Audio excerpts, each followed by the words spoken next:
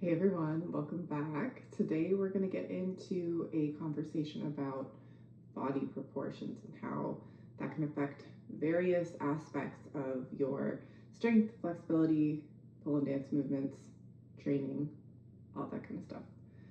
If you're watching the video on YouTube, I'm wearing my Load Women t-shirt, which is in no way, shape, or form connected to me, but I just noticed that this was a really cool fundraiser that Claire Zai was putting together to basically just raise awareness for the importance of strength training for women. And a fundraiser creates more resources for women in sports to be able to have those types of resources, which, if you've heard my villain origin story before, that is a part of why I do what I do. I just truly believe that if I had the same resources that like the football team or the hockey team had when I was on the high school dance team, we could have prevented a lot of injuries.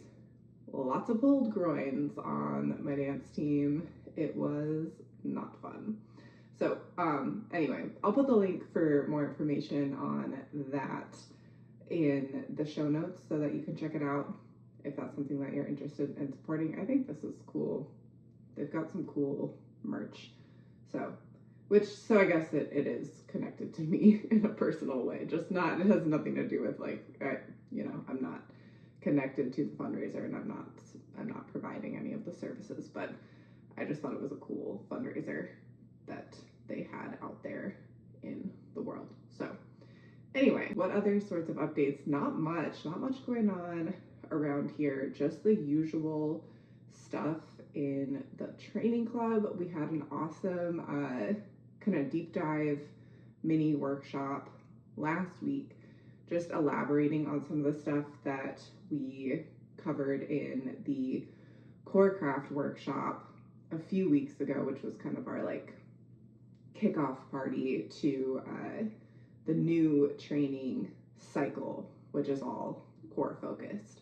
So, which by the way, if you want to dive into that stuff, you can join the training club at absolutely any time, leave anytime. You got full autonomy for whatever you need. Me and the team and the programs, we're putting together some really cool shit for the fall in the training club as well. Not just as far as like the programs are the programs, and those will always be there, always updated every 8 weeks, always with like the latest stuff that's in my sphere of awareness for whatever our current focus is, whatever our current goal is. So that's always going to be there, but I'm putting together some cool things to be available as like bonus material and all of that for the fall. And I'm super pumped on it. I'm just kind of, it's like literally on my desk right now. I'm just kind of trying to like organize how it's actually going to be usable, because I think that sometimes in the online training space, like we have these cool ideas and we're like, oh yeah, people like want all this information and like people are knowledge hungry and they want to learn and all that stuff. And then once you put together all the information, it's like, okay, but how is this practical in terms of like athletes actually using it to get better at the things they need to get better at and like have a hands-on learning experience? Because I think sometimes these resources just like have so much information packed in them that people are just like, whoa, okay, I'll just file that away for when I feel like I can actually like absorb it. So basically what I'm doing right now is trying to consolidate like the important information in these resources and put them in an actual like usable way so that the members in the training club can actually apply it to their bodies and like use it to learn about their bodies and themselves and like what that means for their training and their strategy and all that kind of stuff. So anyway, I'm working on that as well as something else super exciting that I will get more into later. But that's pretty much what's going on. Training club stuff, again, always happening. This is not just the programming, as I've just talked about. Like there's a ton of other stuff in there. There's follow-along classes. There is access to me and my team through our monthly check-ins, as well as discounts on consults with me, and all that kind of stuff, and then all these other cool things I'm working on. So anyway, if you want to be a part of our little circle of people, I'll put the link in the show notes to check that out as well. So, okay, speaking of learning about your body and getting into some of these kind of more granular details, let's get into this chat about proportions. This was requested by a training club member, actually, and we've had some conversations about their specific body proportions as it pertains to, specifically, we talked about a lot of shoulder mounts and inverts and things like that, and we'll talk about that a little bit in this episode as well. But something that I really want you to keep in mind as we have this discussion about these proportions is that this is not like a death sentence, these proportions, right? Like, this is not meant to be, oh, this is some definitive characteristic about your body and like you're just going to be limited because of this in your training forever. That's not the vibe. This is just so you can have a better understanding of where some gaps might be. If you know me, you know that I'm obsessed with the Enneagram. It's like, it's not a Myers-Briggs personality test, but it's a personality test. There's 9 different personality types. I don't think they're scaled in any kind of way. It's just 1 through 9. The types are numbered. And what they always say about your Enneagram type is not like, oh, because you're this type, like this is going to be your weakness forever and like you'll always struggle with this. It's supposed to be like, hey, this is just something to be aware of as you interact with the world, as you learn more about yourself, as you work towards goals. Like, these might be some of the roadblocks that you come across, and just be aware of that so that you can properly address it. Not for reference, I'm a type 4, which is like kind of one of the most annoying types on paper because we are obsessed with like authenticity and meaning and like being fully seen and understood, and like if people don't live up to that expectation, we're very disappointed. And I just always think it's funny because my close friend up here is a 1, which is like the most logical, reasonable type of the Enneagram. So a 1 and a 4 are kind of like a weird mix, but we just always like laugh about my Enneagram like descriptions and things like that because mine just seems so just hard to be around. It makes me laugh, but it really does help me because when I'm in situations where I feel like people are being fake or like not saying what's really going on, or I feel like people aren't like prioritizing like depth and meaning in the conversation or the interaction or things like that, like it just like it rubs me the wrong way and I like feel like that person is hiding something. But then I have to remember, Britta, like not everybody values this kind of thing the same way that you do. So maybe this is as authentic as this person is able to be. And maybe this is like as deep as this person wants to go, you know? Like for example, me and my friend, my 1, she will talk about like deep shit with me, but she doesn't want to like get so abstract with it and like go off into the weeds in the conversation. And so like instead of being like offended and like, oh, this person like doesn't value the same things I do, or like this conversation isn't important to her, like she's not engaged, whatever, it's just like remembering different things about different people. So anyway, I will link my favorite Enneagram test in the show notes too if you want to know what type of Enneagram you are. I think it's a really cool personality tool. Not related to training. Well, actually it is related to training. I sometimes like to guess what Enneagram type my clients are because I think it does actually affect how you approach training. So it is related to training, but whoa, I digressed. Anyway, as we go throughout this episode, I want you to think about this in the same way that I think about my Enneagram type. Like, where are some of these differences and where I might have some variance as compared to other athletes that I can use as a mirror to understand a little bit more about where I might need to work a little bit harder or address with a little bit more specificity than other people.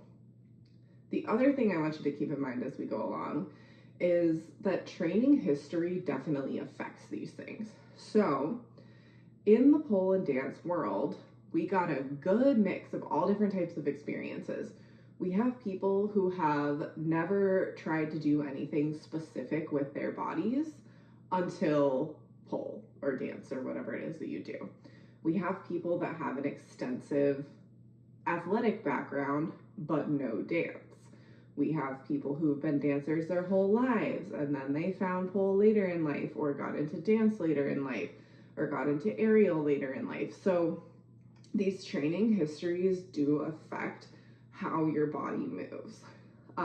Like for example, people who've been training flexibility since they were a little kid are going to have a way different adaptation to flexibility and remembering those types of movement patterns that flexibility involves than people who've played volleyball their whole life and then dove into dance. So I just also want you to keep that in mind, that is also going to have a huge overlaying effect on these proportions. And as we go through some of the anatomy and biomechanics of these different proportions, I always want you to think about like where proportions lies on the tier of how your proportion, the tier of what types of things actually affect your training overall and like how you're adapting, because your training history is going to come way before your proportions.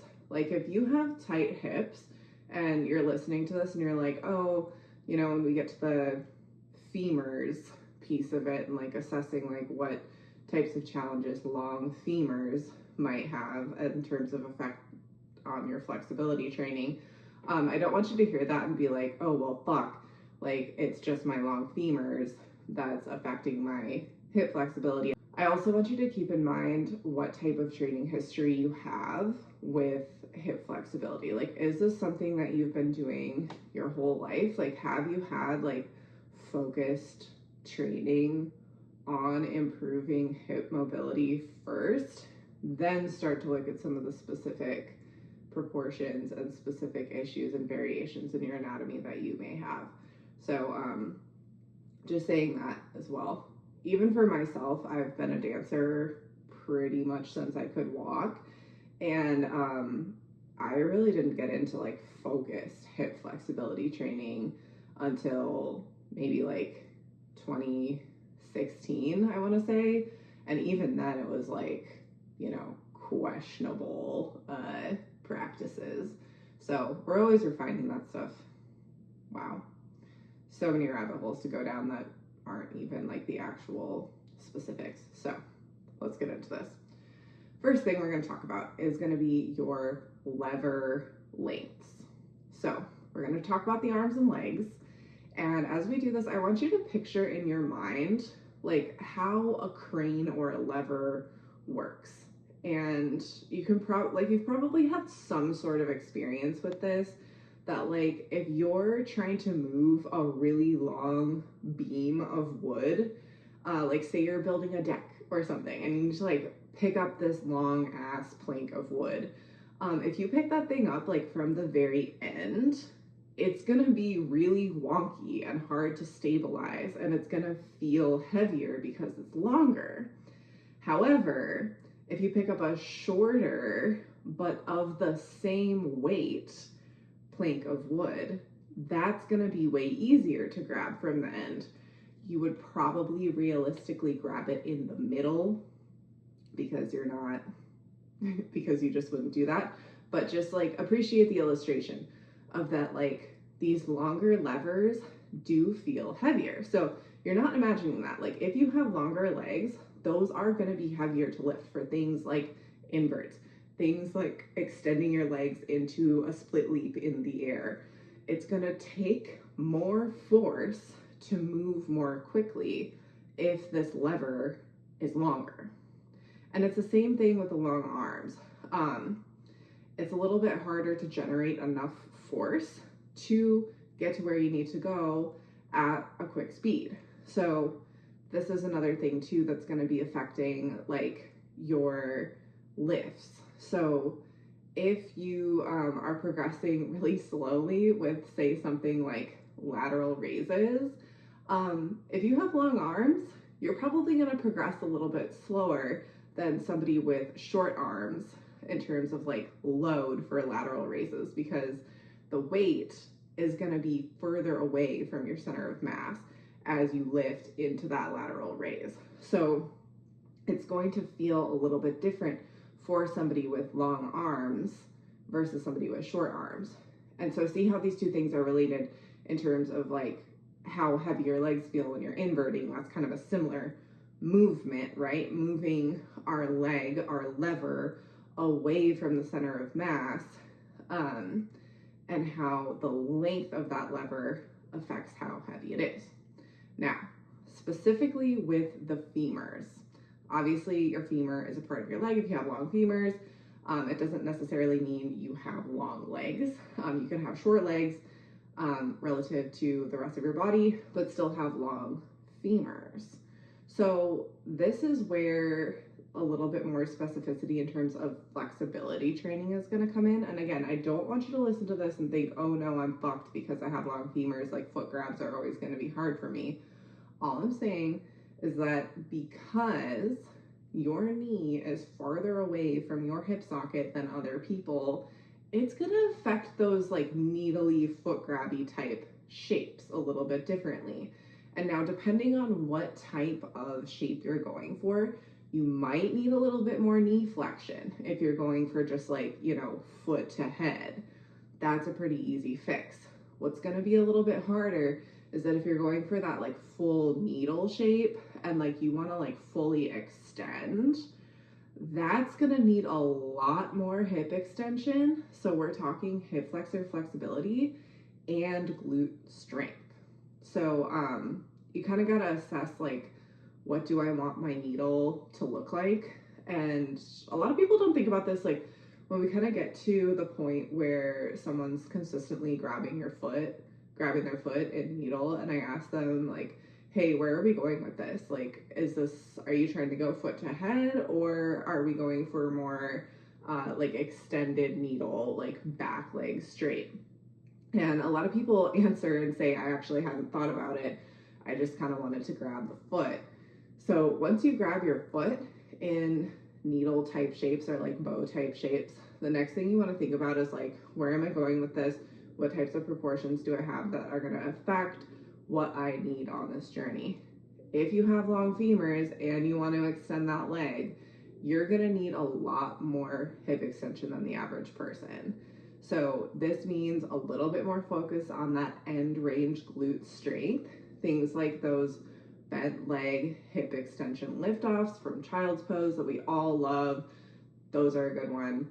And just prioritizing hip extension just a little bit more, prioritizing hip flexor flexibility more than the next person might need to. Because again, if you've got that short femur, that knee is like right there, right near that hip socket. So you could prioritize hip flexor flexibility in a little bit more of an average training frequency than somebody with long femurs like I do when I was really focused on this and working on getting my legs straighter in my needle scale. I was training hip flexor flexibility like 4 times a week with my daily mobility routine. So just as an example. So shorter legs, shorter arms, gonna be a little bit more mechanically easier for strength. So things again like those inverts, also things like handstands and pressing and things like that, you're going to be a little bit more compact and it's going to be a little bit easier to move that lever because the lever arm is shorter, which creates a little bit different what's called moment arm, which is like how that lever is affecting how much the weight actually weighs, because 2 pounds at the end of like a 7-foot deck plank of wood weighs a lot more than 2 pounds at the end of like a 3 3-foot plank of wood. I hate math and I hate that kind of stuff, except for in this case, it's like the weirdest thing. It's like the only time I understand what's going on with numbers is when it comes to like training and biomechanics. Otherwise, I'm just like, I have no idea. Percentages, no idea. Anyway, okay, moving on to torso and spine proportions. Long torso, short torso. Longer torsos, this is going to change the center of mass.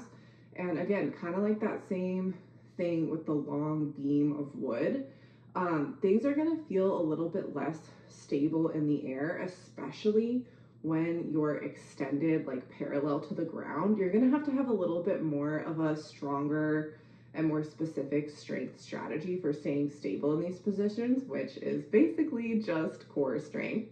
And again, that specialized strategy is just going to look like prioritizing that stuff more. It doesn't mean special exercises or anything like that.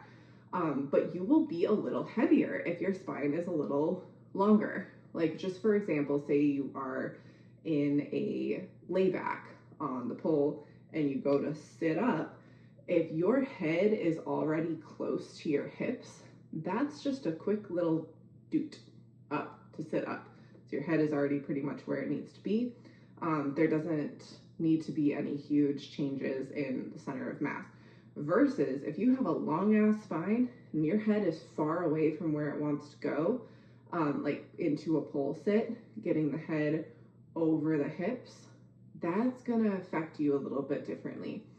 Now, I don't want you to hear this and think about it in terms of like inverts, because you should pretty much already be crunched and set up to curl your pelvis up and over your nose, and bring your pubic bone closer to your sternum in something like an invert. So it's not quite the same transferability for that specific concept, but for things where we're just like controlling how we move while we dance, we're going to have to need to produce a little bit more force in the torso to control exactly where we're going if our spine is long. So something else to be aware of with how the spine moves and looks and feels is, where do we bias? Do we bias thoracic extension, lumbar extension, thoracic flexion, lumbar flexion? Neither of these are good or bad. Like there's not like a specific place in your spine that's like, oh, that person has more upper back flexibility, they have a good spine. It's just differences in which piece of the spine is more mobile in different people. So just know that like it's gonna affect your training and where you need to focus, but it's not like your destiny to be, forever locked up in your upper back just because you don't have a lot of natural upper back flexibility, which we're going to get into what exactly affects that with the rib cage proportions and things like that. So basically this just affects how back bending looks and feels, but it's not your destiny. Okay.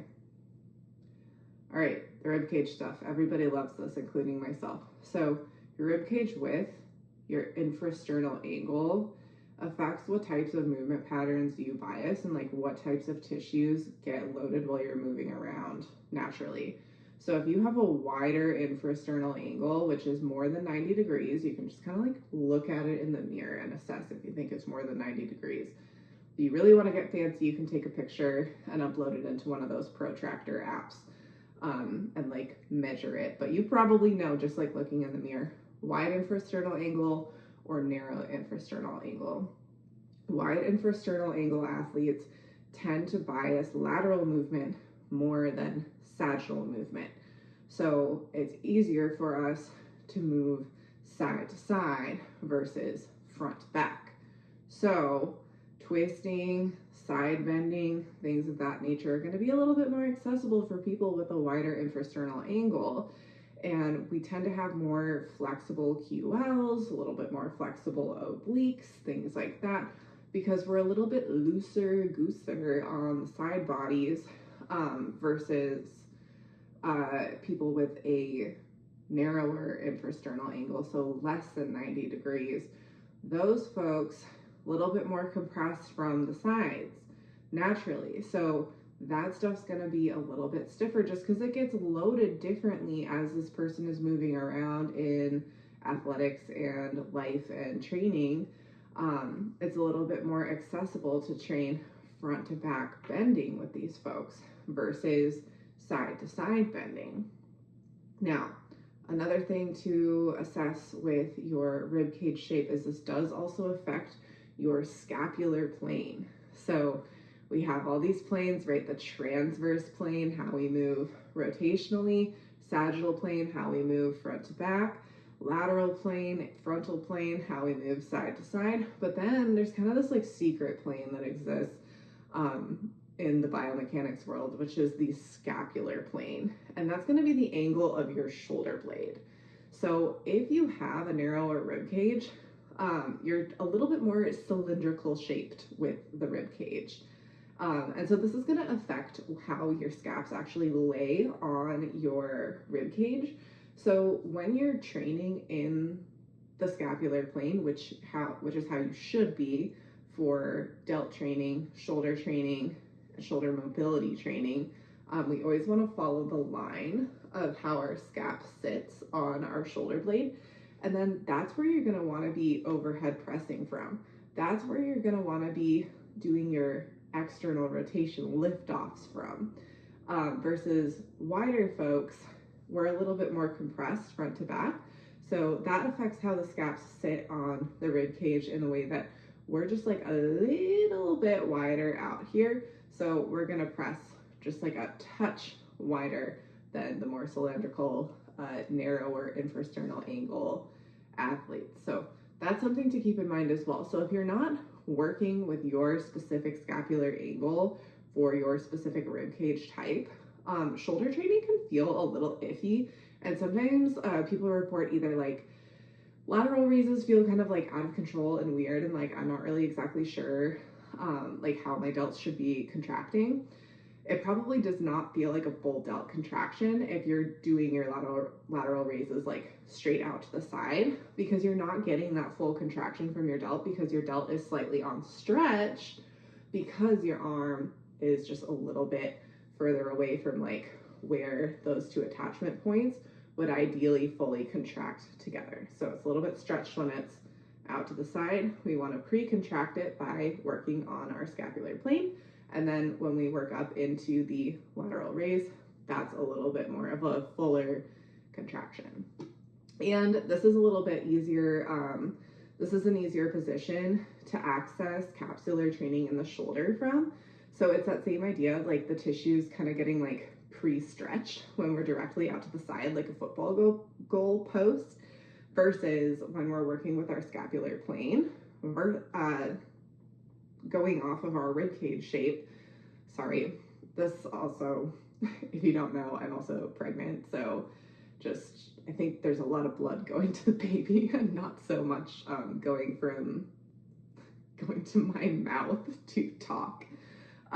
So the shoulder capsule, like that's our deepest shoulder tissue, and we don't want to put that like prematurely in a challenging position by being like fully out in that goalpost position. We want to tick the shoulders just like slightly in so that the capsule is all like aligned and ready to be trained in that position, and making it really accessible to like tell it exactly which movement we want it to train, external rotation, internal rotation, versus like putting it out to the side and then the fibers get twisted in this pre-stretched kind of way, kind of the same as how our delts were responding to having our arms directly out to the side. And then it's like, okay, well, kind of already training this stretch position, and now you want me to add in something else, and we kind of are training two things at once, which we don't want to do. Okay, let's move on to some more lower body related stuff. So let's talk about the pelvis and the hips and the Q angle of the hips. So your Q angle is going to be the angle in which your hip sockets are related to your knees. some people have a very wide Q angle and they have like a little bit more of an extreme angle from the hips to the knees. And some people are just like a little bit more stacked. You might interpret this as like a narrower pelvis, narrower hips, things like that. And you might see just a little bit less like natural knee valgus in these narrower Q angle athletes. We're not dividing it into male and female Q angles. One, because there's already so many like biomechanical and anatomical variations in different people, no matter what the gender is. But it's also like there's just already so many variations that it doesn't even like matter dividing it into genders. So it really bothers me when people are like, yeah, the female angle of the pelvis. And it's like, well, there's a lot of females who have narrower hips and males who have wider Q angles. And why are we dividing people like this anyway? It just kind of seems, it's always seemed weird to me, and it's just like it's more inclusive and affirming anyway to trans athletes and non-binary athletes to just think about it in terms of like, what is the angle? Who cares? Who cares about the gender? So if you see a lot of information out there about like, oh, female pelvises are like this and male pelvises are like this, and like you need to train like this for a female pelvis and like this for a male pelvis, just ignore it and just think about it as the Q angle. Simple as that. Anyway, that's my spiel on that. But so this affects our approach in terms of like pelvis stability. So if we have a wider Q angle, that's going to have a little bit leverage for a little bit less leverage for hip abductors. So that's going to make hip abductors work a little bit harder to provide this pelvis stability. Oh, sorry, I just hit my mic. So we know that abductors are a big part of what resists force as we move around in training and life. Like our glute med, things on the outside of the pelvis are really like fighting forces to keep our pelvis under our center of mass, and a little bit wider Q angle is going to make these hip abductors work a little bit harder to do so. So if you have a wider Q angle, and this is like a little bit harder to see just because of like your skin and your muscles and your fat and all of that kind of stuff around your pelvis and your legs, but you can kind of look at yourself in the mirror and just kind of see, you know, are my knees directly under my hip sockets or not so much. If you want to get super specific with it, you can draw on yourself with like the, you know, you can just upload a picture into your Instagram stories, draw a line from your hip socket to your knee, and then measure the angle. Post it if you want to. I love using the little crayon in the Instagram stories app. I think it's the best like drawing on photos tool. Like I just think the one in the photo editor on iPhone is hard, so that's how I do that. But just something to be aware of. And if you have a wider Q angle, it's gonna make things like middles a little bit more challenging because the knees are already biased towards abduction, right? So it's that same idea of like, because things are getting naturally loaded during training and life, the transfer of those tissues that get loaded when we have like a specific goal is going to be really telling of like where we need to work a little bit harder. So for example, if you do have this wider Q angle, you're going to need stronger hip abductors to pull those knees away from center line into those middles, frogs, those types of positions, because the knees are already biased in towards center line, right? So there's just like more space to work with. And to top things off, our hip abductors are trying to work harder to stabilize the pelvis during training and life, but that doesn't necessarily mean that they're getting stronger And it doesn't necessarily mean that they're getting stronger in a specific way. So hip abduction, if you've got a wide Q angle, glute med work, lift offs, things like that, hip internal rotation, great. Let's see. Yeah, let's talk about the hip socket shape. I made a post on Instagram about this last week, maybe 2 weeks ago, because I was having a conversation about it with a client, and this person had been told by like multiple coaches that because of their hip socket shape, like they needed this, that, or the other thing in their training. So I asked them, okay, like what are those things and how long have you been doing this for? Their answer was not very long in the grand scheme of things. They'd only been focused on hip mobility for like 6 months to a year, or like at least learning more about it and training it in a more focused way. And remember the training history and how that's always going to be your first in terms of what's affecting your training, where are your deficits, where do you actually need to work hard, because one of the main roadblocks in hip mobility is actually just quality hip mobility training, not the hip socket shape. And people are so quick to assess hip socket shape and think like, oh, like I need to train with more external or internal rotation, or like I'm gonna be more biased towards middle splits versus not. And people get like so into this, and there's like all sorts of assessments that you can just kind of Google, like how to find out my hip socket shape. But here's the thing, is that if you have not been training with high enough intensity to actually affect the hip capsule, so you have, remember we talked about the shoulder capsules, you also have those hip capsules, those deep hip tissues that connect like the ball to, you know, the thing that the socket is on. It's the deepest tissue. It takes the longest time to adapt. Muscles come first, then tendons and ligaments, and then capsular tissue. It takes a long time and it needs really high intensity input to adapt.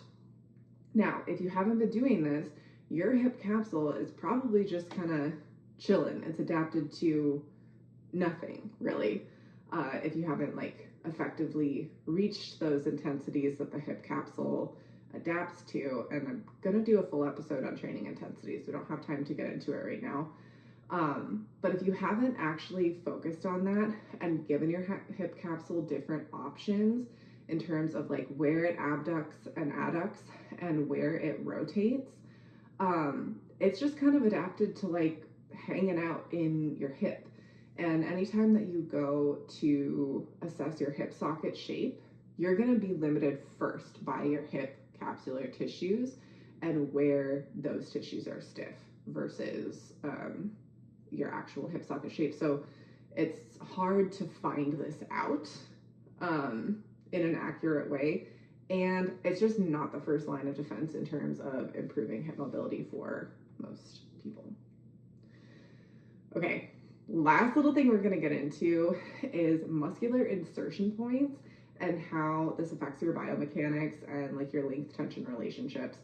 Because, and this is like so niche-y, this is something that you would probably just find out with one, either like getting really lean and muscular enough to actually like see your muscular insertion points, or just like having the training experience and the awareness to say like, oh, you know what, I actually think like I have a high glute insertion point versus a low glute insertion point. So what this all means is muscle insertion points are just where the muscles attach and how that affects your leverage. So where are the attachment points? And if we come back to these ideas of levers, shorter lever, quicker response time, longer lever, longer response time. Sometimes this gets overemphasized as like, or this gets misconstrued, I guess is the word I'm looking for, as like long, lean muscle, like the Pilates muscle. I'm not talking about that, and I never would be, because that's not how muscle works. Like your muscular insertion points don't affect like how lean or toned your muscle looks. Like all muscle looks the same when it's appropriately toned or appropriately strengthened, and thus hypertrophied, giving you that toned look. So just don't get it twisted. That's not what I'm saying. So just a little example of this. If we're talking about like glute insertion points, your glutes attach on like the top of your pelvis and then at the top of the femur. And we know from hip extension training, we all hate those child's pose liftoffs. The glute is what pulls the femur back into hip extension. So if you have a higher glute insertion point, it's going to be a little bit easier for you to pull that knee up and away from underneath your center of mass into hip extension. If you have a little bit lower glute insertion point, then that lever becomes a little bit longer. Now we're thinking about the lever as like your muscle, right, versus the actual bone. But if you want to get super advanced with it, you can think like, okay, well, I have long femurs. Do I have long femurs and like a high glute insertion point? Because that's going to be like the hardest situation. Because now you have a long plank of wood, but like a really short, like, how do you say, just the thing that's producing force to actually move the lever is really short, versus like if you have a long femur and a low glute insertion point, then now your insertion point is appropriately matched to the length of your femur to actually produce enough force to move that long ass plank of wood. We're just always going to be going back to the deck analogy. We're building a deck that is our bodies. So I just kind of wanted to talk about that because it's interesting, but this is probably even like further down the line than like assessing your proportions in general. But I just thought it should be something that is mentioned because some of these people who are at that more advanced point of training where like they become aware of their proportions, they've been working with their proportions, and they still have some roadblocks and some like sort of unique variations in their anatomy, like we all do no matter the gender. Okay, stop saying that now. Then this is kind of something you can look at next in terms of like, where do I need to work a little bit harder? Where do I need to focus more? And I just want to really drive home the point that all these little adjustments you notice are for the same exercises. No matter what types of proportions you have, notice how it's not like, oh, you need this specific exercise because you have this specific length of spine, right? It's just like, oh, you're somebody who might need to move this up in your exercise selection priority. So if you're looking at your program, whether it's like a program that you created or you're doing one of my programs, like if you're doing something in the training club, I always encourage people to mess around with it and like make it personal to them.